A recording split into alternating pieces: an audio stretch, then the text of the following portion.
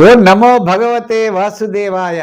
వ్యాస ప్రణీతమైన మహాభాగవతం రచించడానికి ముఖ్య కారణం ఏంటి అంటే, వ్యాస భగవానుడు నారద మహాముని ఒకసారి కలుసుకున్నారు.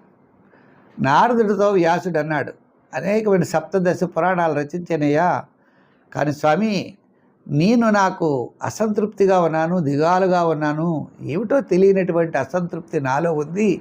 ఇంత రచించినా కూడా నాకు సంతృప్తి కలగట్లేదు, ఏమిటి స్వామి అని నారదుడిని అడిగాడు. అప్పుడు నారదుడు అన్నాడు, ఏమైనా నువ్వు చాలా రాసావు, బాగానే ఉంది, కానీ భగవంతుడి యొక్క లీలలు రాయలేదు.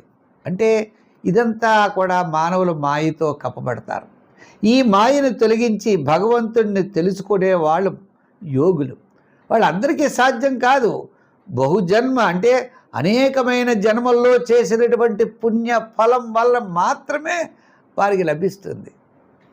అంచేత ఆ పరమ భాగవతోత్తములకు నువ్వు భగవంతుడి యొక్క లీలలు, ఆయన యొక్క కీర్తనలు, ఆయన యొక్క గొప్పతనము సంతృప్తిగా నువ్వు వర్ణించలేదు. కాబట్టి అటువంటి వర్ణన చేస్తే నీకు చాలా బ్రహ్మాండంగా ఉంటుందని నారద మహాముని తన దివ్య దృష్టితో చూసి వ్యాస భగవానుడికి చెప్పాడు. త్వమప్యదభ్రశ్రుత విశ్రుతం విభో సమాప్యతే ఏన విదాం బుభుత్సితం ఆఖ్యాయ దుఃఖై బహుదర్దితాత్మనా సంక్లేశ నిర్వాణము సంతి నాణ్యత. నీ జ్ఞానం అన్నదే అది అపారమయ్యా.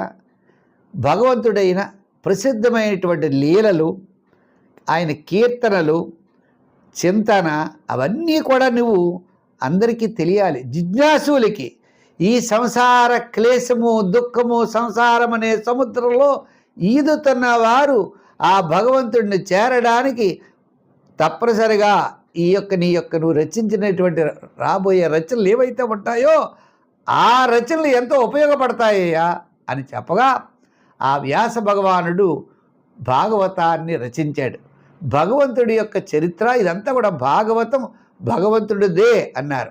అటువంటి భాగవతాన్ని మనకు అందించారు.